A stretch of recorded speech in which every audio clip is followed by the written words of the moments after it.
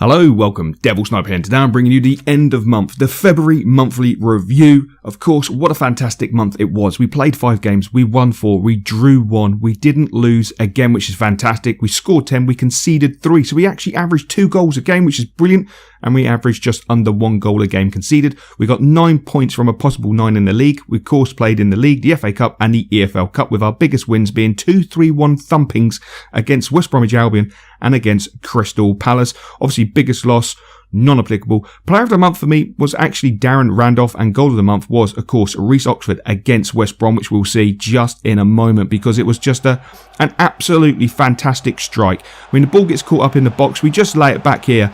Oxford with 1 touch, Oxford with that second touch, sublime finish into that bottom corner, an absolutely fantastic strike. And of course, we won the EFL Cup, but I'm going to keep quiet. You can sit back and enjoy all the goals from February.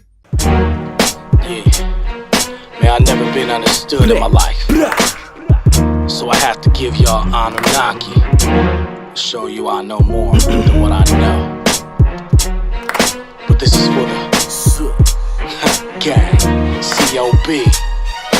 Welcome to my life. Then my Dre beat headphones out the door, dressed in my fresh clothes. Even though a brother broke, headed for the metro.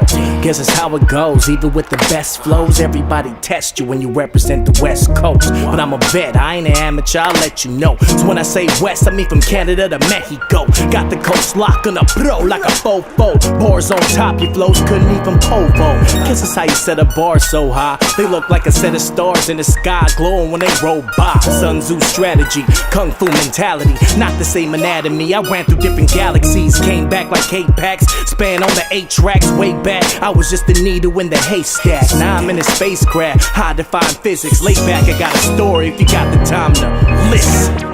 Don't judge me by my cover, cause if you do, you will miss the page. Just go ahead and write me off. Basically, now you gotta pay.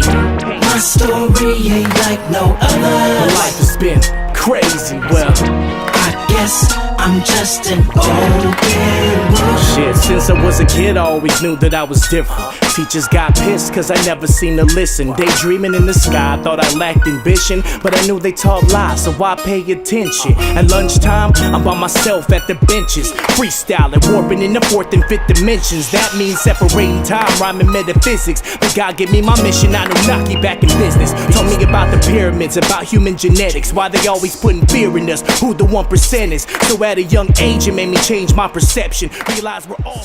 So there we go. We've finished all the goals. What a fantastic month. Looking at the league table, of course, we're sitting proud at the top of the table. 16 wins, 4 draws, 5 losses, 37 goals, 19 against, plus 18. We have the best defensive record in the Premier League, and we've nearly scored the most goals. Obviously, Crystal Palace have 41. They have been banging them in, but when I say banging them in, they've also conceded 37. The table looks really, really good right now. After 25 games played with our game in hand, we are on 52 points. Chelsea and Manchester United and of course Spurs are chasing us hard, 47, 46, 45 respectively, and then Stoke City on 43 points. So then you've got City and Palace there or thereabouts. Bottom of the league, Southampton, Bournemouth, Swansea, Sunderland, Liverpool still in 14th, but to be fair, I think being 7 points away from the drop zone, they're pretty safe to be fair now. I can't see them going down this season. A shame that would be. They'll be fantastic to see them go down. Might be able to pick up a few bargains, but why would you want to pick up a few bargains from a team that size that's just gone down? From the goal scoring point of view, from the assist point of view, we're doing okay. You know, we still need to find that clinical finisher. We still need to find someone who can bang us in sort of 20 goals a season. We're getting a lot of goals across the team, which is fantastic. You know, the likes of Faguli scoring goals, Antonio scoring goals, of course, Dimitri Payet scoring goals. Every now and then the boys up top are scoring goals. It's still a big shame that Zaza picked up that injury. We're not doing too bad on the discipline front, which is quite nice. Of course, we have March coming up, and March is going to be a tough month. We're going to start off with Arsenal in the FA Cup replay.